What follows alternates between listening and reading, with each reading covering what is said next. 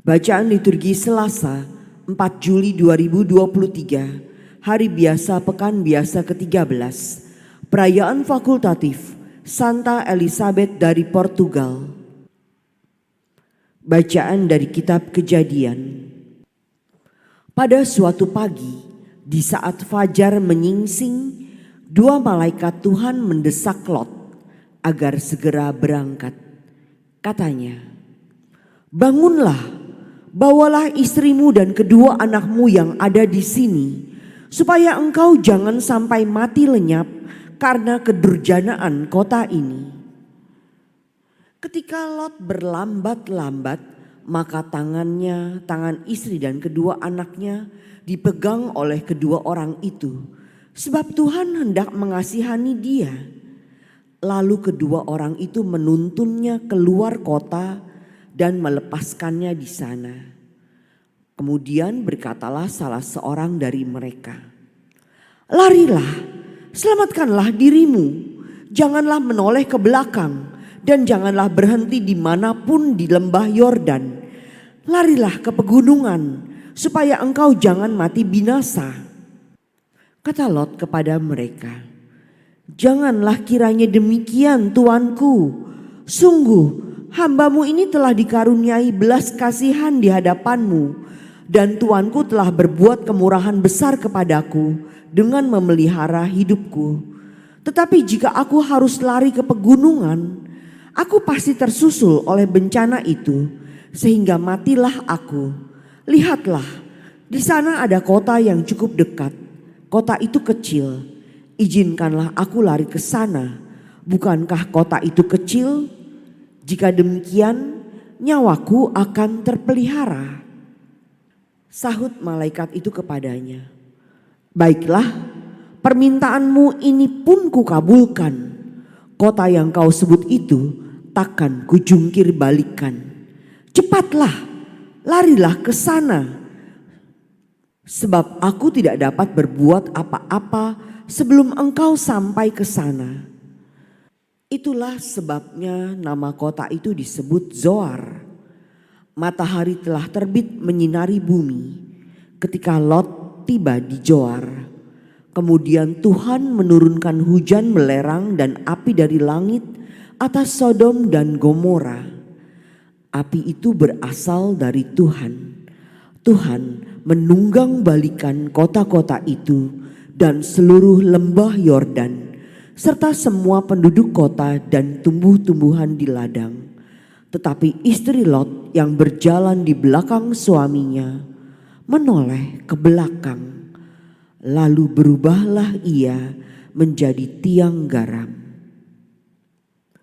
Pagi-pagi Abraham pergi ke tempat ia berdiri di hadapan Tuhan. Ia memandang ke arah Sodom dan Gomora serta ke seluruh tanah lembah Yordan. Maka dilihatnya asap dari bumi membumbung ke atas sebagai asap dari dapur peleburan.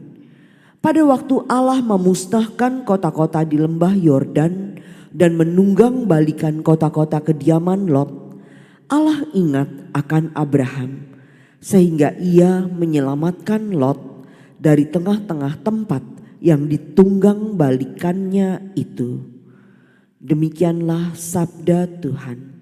Syukur kepada Allah. Ya Tuhan, mataku tertuju kepada kasih setiamu. Ya Tuhan, mataku tertuju kepada kasih setiamu. Ujilah aku, ya Tuhan, dan cobalah aku. Selidikilah batinku dan hatiku. Sebab mataku tertuju pada kasih setiamu, dan aku hidup dalam kebenaran-Mu. Ya Tuhan, mataku tertuju kepada kasih setiamu. Janganlah mencabut nyawaku bersama-sama orang berdosa, atau memotong hidupku bersama-sama penumpah darah, yang pada tangannya melekat perbuatan mesum, dan tangan kanannya menerima suapan. Ya Tuhan, mataku tertuju kepada kasih setiamu. Tetapi aku ini hidup dalam ketulusan. Bebaskanlah aku dan kasihilah aku. Kakiku berdiri di tanah yang rata. Aku mau memuji Tuhan dalam jemaat.